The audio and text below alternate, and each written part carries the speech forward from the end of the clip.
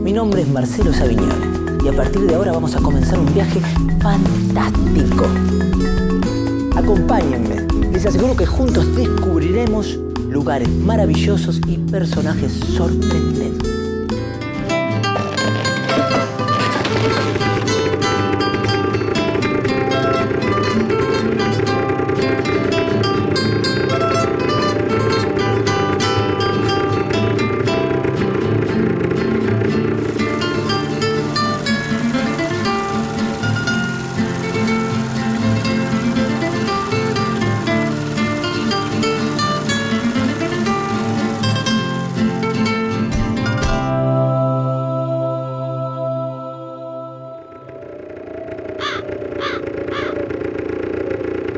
Hola, ¿cómo están? Yo sigo de viaje y según mi mapa, este es el camino que me lleva hacia las historias de los caminantes. ¿Vamos?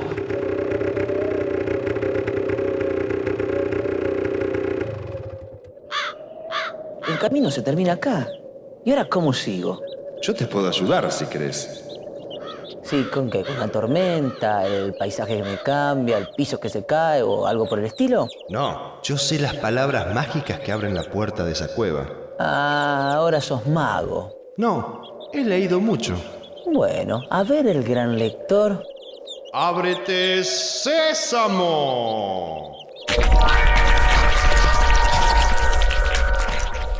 ¡Epa! Estoy sorprendido. ¿Cómo sabías el nombre de la puerta? Sí, mucha y muy variada lectura.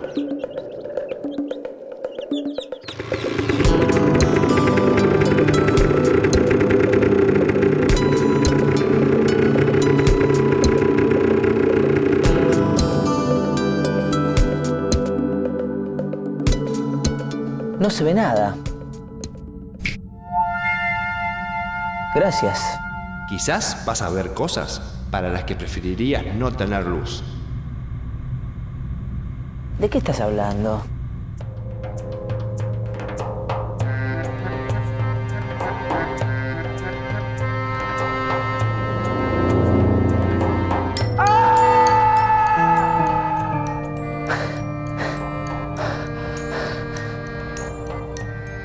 ¿Qué quieren de mí?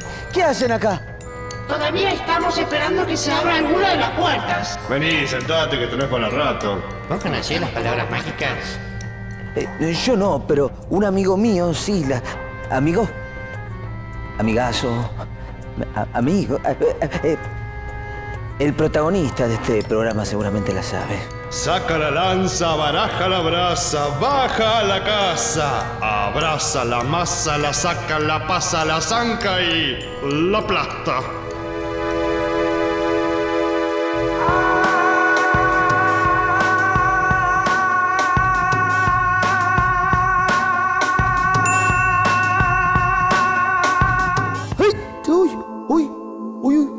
Epa,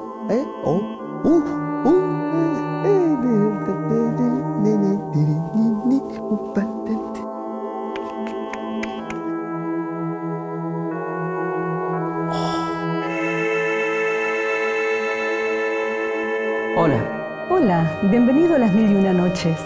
Qué lindo lugar. Me encanta ese libro. ¿Quién es el autor? Bueno, en realidad no sabemos quién es el autor, porque estamos frente a una colección de relatos de orígenes muy diversos, de procedencias y de épocas diversas, que fue dado a conocer para el occidente europeo por un diplomático y orientalista francés llamado Antoine Galland. Galland realizó una traducción del texto a principios del siglo XVIII y, según dice, trabajó con un manuscrito árabe que pudo consultar durante su estadía en Siria y también con la ayuda de un informante. Lo interesante es que Galland retocó esas historias, eliminó pasajes que él consideró demasiado escabrosos para el gusto y para el decoro de su época y también le dio a la historia un poco de ese sabor exótico y ese color local que tanto atrajo la imaginación de los lectores de la época. Él realmente hizo legible Las Mil y Una Noches para los lectores europeos de esa época e inauguró una tradición de traducciones y de adaptaciones artísticas. Borges fue un admirador de Las Mil y Una Noches y también hay que recordar entre las adaptaciones la película de Pier Paolo Pasolini, Las Mil y una Noches, como parte de su interés por las narraciones de esa época. Taji al-Muluk, hijo del rey Solimán, al llegar a la adolescencia, se convirtió en un muchacho tan hermoso que cuando salía para algún cometido, su presencia seducía a cuantos le veían. Hasta el punto que fueron compuestas poesías en loor suyo, y por su amor perdían el pudor hasta las personas más puras. Tal era su esplendorosa belleza. De él fue de quien dijo el poeta: le abracé y me enajenó su suave perfume, y como rama nutrida por el viento, ebrio quedé sin haber bebido vino, porque me embriagué con el licor de su saliva. Si Galán adaptó un manuscrito, ¿cuál es el origen de ese manuscrito árabe? Bueno, en realidad se postula que el origen podría ser hindú y que la historia hizo un largo camino desde el oriente hacia el occidente, con distintos momentos de reformulación, momentos en que se incorporaron nuevas historias, muchas de ellas procedentes de la tradición oral.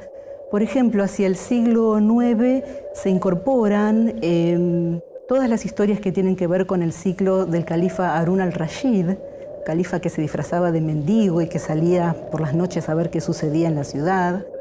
Después tenemos ya más cerca de nosotros, en los siglos XIII y XIV, y básicamente en Egipto, el agregado de más historias y de alguna manera la configuración final de esta colección.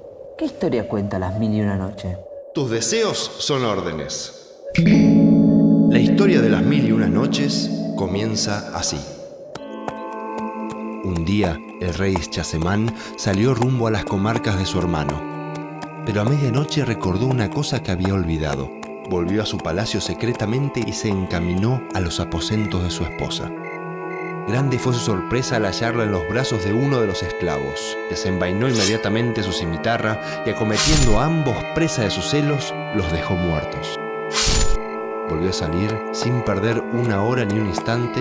Viajó de noche hasta llegar a la ciudad de su hermano, a quien le contó lo sucedido. En cuanto el rey Schahriar, que era más implacable que su hermano, entró en su palacio, sin mediar pregunta alguna, mandó a degollar a su esposa, así como a los esclavos y esclavas.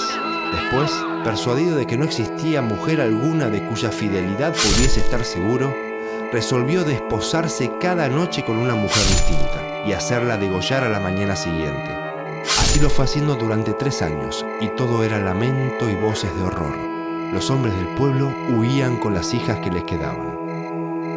Un día, el rey mandó al visir que, como de costumbre, le trajese una joven para casarse. El visir no pudo encontrar ninguna, y regresó muy triste a su casa. Pero este visir tenía 2 hijas de gran hermosura que poseían todos los encantos.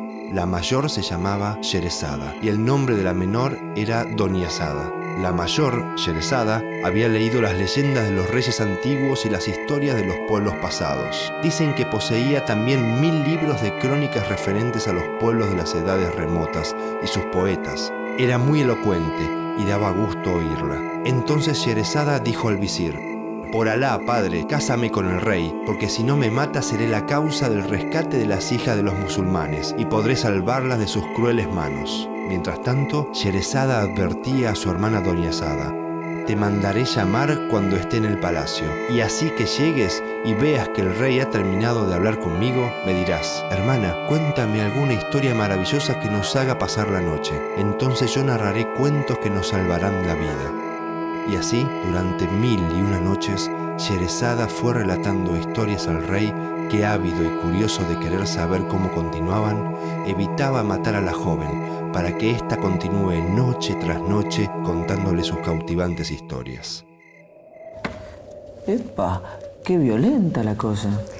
Sin dudas es una historia que choca muchísimo con nuestra sensibilidad.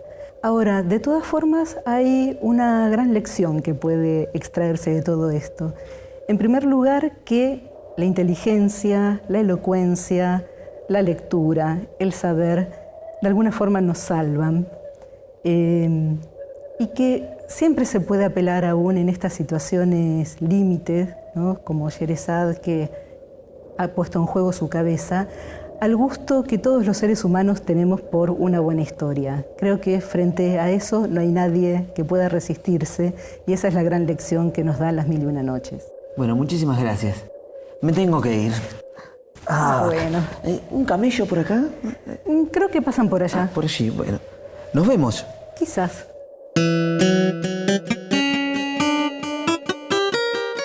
Lo que puedo decirles es que esta obra es considerada en la actualidad, junto con el Corán, la creación más grande de la literatura árabe. Relatos como Alí Baba y los 40 ladrones, Aladino, Sinbad el marino o La lámpara maravillosa son historias que han trascendido tiempo y lugar y se han convertido en verdaderos clásicos de la literatura popular, tanto de Oriente como de Occidente. Muy bien, veo que has aprendido mucho. Es la lectura. Pocas cosas te hacen tan sabio como la lectura. La verdad que tenés razón.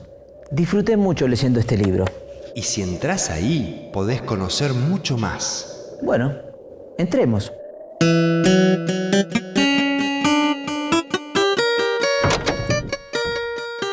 ¡Qué lindo día! Permiso, ¿me puedo sentar? Sí, cómo no. Yo te veo cara conocida. No lo creo. ¿No? Creo que me confundís con alguien más. Ah, bueno. ¿Quién es el autor del Decamerón? El autor del Decamerón es Giovanni Boccaccio, que terminó de escribir el libro en el año 1353. Él allí hace alusión a un hecho reciente, un hecho muy terrible y que impactó muchísimo tanto en la imaginación como en la vida de la gente, que es la peste negra, ¿sí? La peste que se declaró en el año 1348 y que es el marco histórico para sus relatos. ¿De qué se trata?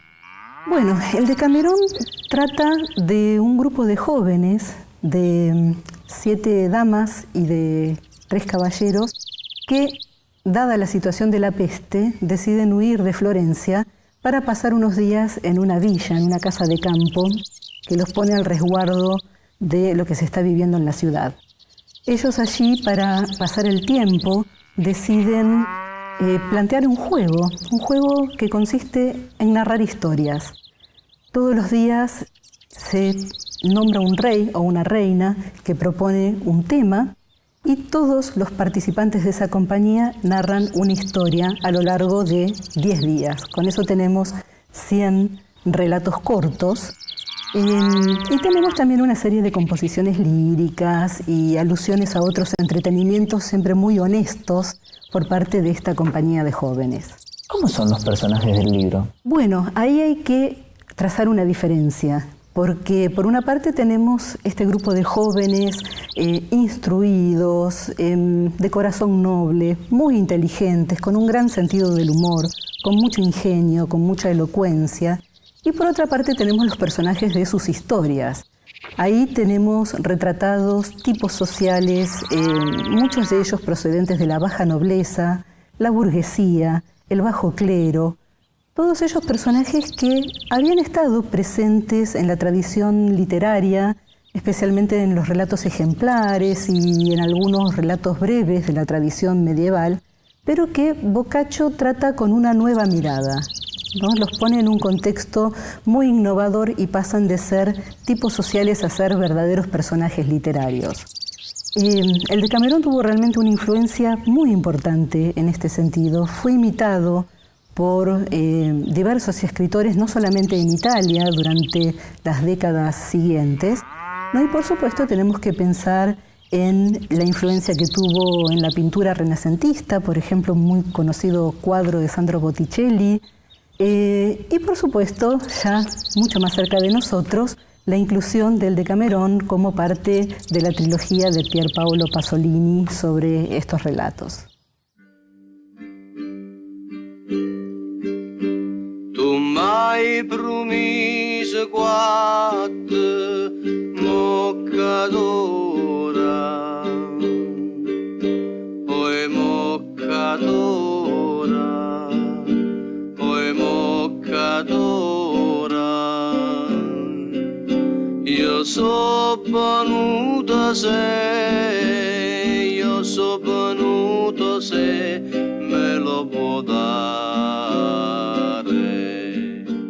¿Cuál es la relación que se establece entre una tragedia como la de la peste y el tono particular del Decamerón?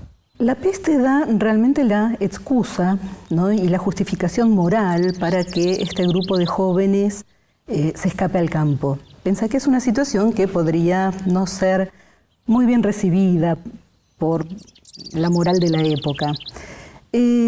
Y también lo que encontramos es un gran contraste, ¿no?, porque frente a la degradación de la vida social en Florencia, que ha sido atacada por la peste, pero también por una disolución de los lazos sociales, incluso de los lazos familiares, ¿no?, tenemos una situación muy terrible allí en la que los familiares abandonan a los que están enfermos, los sirvientes abandonan a sus señores y todo parece una especie de mundo al revés, realmente muy caótico. Frente a eso, los 10 jóvenes que huyen al campo instauran una especie de orden ideal, ¿no?, un orden en el que imperan la alegría, la camaradería, el comentario inteligente, la lectura atenta, y un orden en el que conservan su honestidad más allá de las historias muchas veces picantes que intercambian. Eso no afecta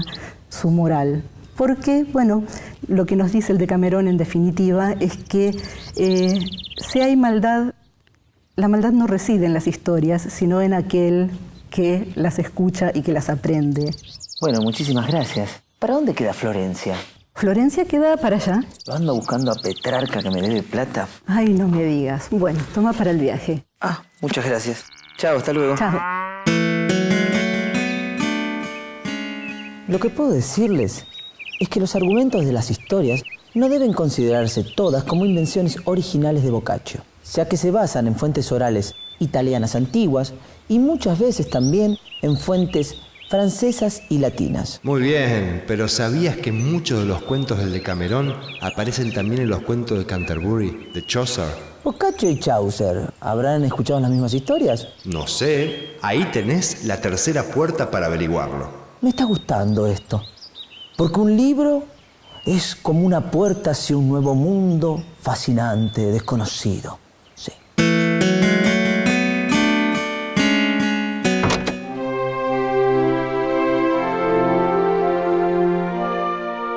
Permiso.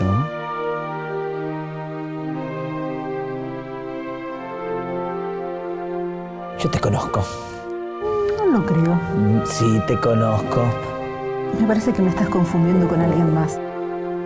Bueno, puede ser. ¿Estás leyendo los cuentos de Canterbury? Sí. ¿Quién es el autor? El autor de este libro es Geoffrey Chaucer, que es un autor inglés que nació hacia 1340 y que murió en Londres en el año 1400. Chaucer fue considerado por sus sucesores algo así como el padre de la literatura inglesa, ¿sí? Hay que pensar que él escribió en un momento en el que la gran literatura se escribía mayoritariamente en francés o si no en latín, y que escribir en inglés era considerado una práctica un tanto marginal y con no demasiado prestigio. Él ayudó a revertir esa situación, o por lo menos así fue visto por quienes siguieron después. Él dedicó los últimos años de su vida a escribir estos cuentos y quedaron inconclusos, no llegó a terminar su obra, lo cual no obsta para que sea considerada uno de los libros más influyentes de la literatura inglesa. Incluso se hizo una película en los años 70, no sé si la habrás oído nombrar. Sí, de Pasolini. Ah, mira, la conocías. Sí. ¿Cómo sabías? Oh, me lo comentaron. Mis gentiles señores, os doy mi más cordial bienvenida y os hablo con el corazón en la mano, porque os puedo jurar que desde hacía años no disfrutaba de una compañía tan alegre como la vuestra. Me consta que os dirigís a Canterbury. Bien, que Dios os proteja y el santo mártir bendito os recompense. Aunque, según mi experiencia, que es mucha, puedo aseguraros que durante el largo viaje os podéis aburrir de una manera espantosa. Por eso os daré un consejo de amigo. Os propongo que para hacer más alegre y llevadera la andadura, cada uno de vosotros explique un cuento. Yo seré juez y guía. Os acompañaré y me pagaré los gastos hasta la mitad del camino. ¿Estáis todos de acuerdo? ¿Cuál es la relación entonces entre el Decamerón y los cuentos de Canterbury? Ahí estamos frente a una pregunta de respuesta difícil. Hay muchas hipótesis, ¿no? Y en realidad no está demostrado que haya una influencia directa del Decamerón sobre los cuentos de Chaucer, aunque es probable que él haya conocido el Decamerón en alguno de sus viajes a Italia, ¿no? Pero lo que llama la atención es que en ningún momento cita a Boccaccio como su fuente. Hay una cierta similitud, en tanto también aquí estamos frente a un libro en el cual hay un marco, en el cual se insertan relatos, ¿sí? Aquí el contexto es el de un grupo de peregrinos que se dirige al santuario de Thomas Becket en Canterbury para rendirle su devoción, ¿sí? Y que se proponen entretenerse a lo largo de las horas que dura el camino, intercambiando cuentos.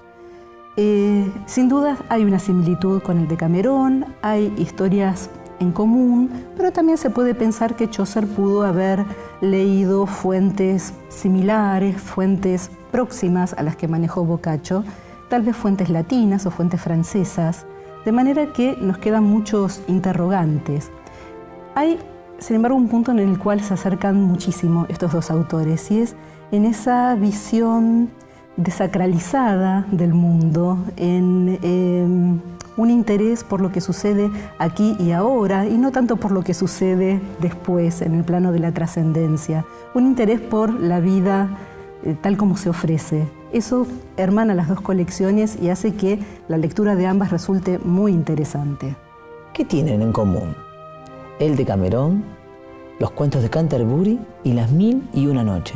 Bueno, estamos hablando de libros de épocas distintas, ¿no? Pero en realidad tienen en común una similitud en tanto se trata de libros en los que hay un marco, una historia marco que funciona como la excusa para que allí se inserten historias que no buscan moralizar, sino que buscan sobre todo entretener. A veces se plantean ciertos temas como para pensar, para reflexionar, pero no se trata de relatos que se propongan como ejemplos. Y por otra parte hay algo, creo yo, que hace que a pesar de las diferencias de procedencia y las diferencias temporales, estas tres colecciones participen de un mismo espíritu. Y es que en todas ellas vemos una gran celebración del placer de la narración, del placer de la lectura y una apelación a un lector que ante todo disfruta frente al relato. Bueno, muchas gracias. Me tengo que ir. ¿Para dónde queda Londres? Londres queda hacia allá. Hacia allá. ¿Por qué ando buscando a la reina? No me digas que te debe plata. ¿Cómo sabías? No hablemos. No me digas que me vas a dar el libro. Para el camino. Está bien. Bueno, nos vemos. Adiós. Parece haber vivido esta situación. ¿Puede ser? Todo es posible. Todo es posible, claro. Hasta luego. Hasta luego. Qué historias interesantes, porque están relacionadas con distintas culturas, tradiciones y formas de ver el mundo. Siento que a través de la lectura me transporté a esas épocas y pude conocer personajes maravillosos. Estoy contento de que podamos compartir el placer por las historias. ¿Querés escuchar uno de los cuentos que a mí tanto me gustan? Dale, me encantaría. Perfecto. Cerrá los ojos y dejate llevar por la magia de Oriente. Y cuando llegó la tercera noche, doña Sada dijo: «Hermana mía, te suplico que termines tu relato». Y Sherezada contestó: «Con toda la generosidad y simpatía de mi corazón». Y prosiguió hasta finalizar la historia que había logrado contar durante 3 noches consecutivas. El rey, a pesar de haber disfrutado del relato, se disponía a deshacerse de Sherezada, pero ésta añadió: «Pero es más asombrosa la historia del pescador». Y el rey dijo a Sherezada: «¿Qué historia del pescador es esa?». Y entonces Sherezada dijo: «He llegado a saber, oh rey afortunado, que en la antigüedad del tiempo y el pasado de las edades y de los momentos, en una ciudad entre las ciudades de la China, y de cuyo nombre no me acuerdo en este instante, había un hombre que era sastre de oficio y pobre de condición. Y aquel hombre tenía un hijo llamado Aladino, que era un niño mal educado y muy enfadoso. Cuando el niño llegó a la edad de 10 años, su padre quiso hacerle aprender algún oficio honrado. Pero como era muy pobre, no pudo atender a los gastos de la instrucción y tuvo que limitarse a tener a su hijo con él, para enseñarle en qué consistía su propio oficio, el trabajo de aguja. Pero Aladino, que era un niño indómito acostumbrado a jugar con los muchachos del barrio, no pudo amoldarse a permanecer un solo día en la tienda. Así que su padre, muy apenado y desesperado por tener a un hijo tan dado a todos los vicios, acabó por abandonarle a su libertinaje, y su dolor le hizo contraer una enfermedad de la que hubo de morir. En ese momento Sherezada vio aparecer la mañana y se cayó discretamente. Y el rey se dijo: por Alá, no la mataré hasta que le haya oído la continuación de su relato, que es asombroso.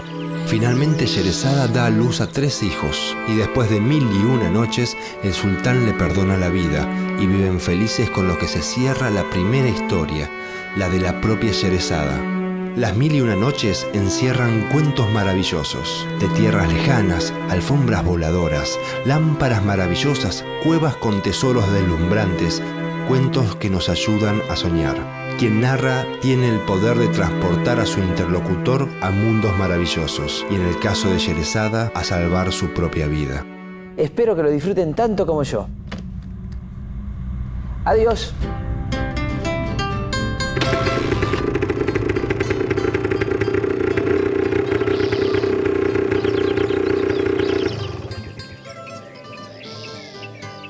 Ciérrate, sésamo.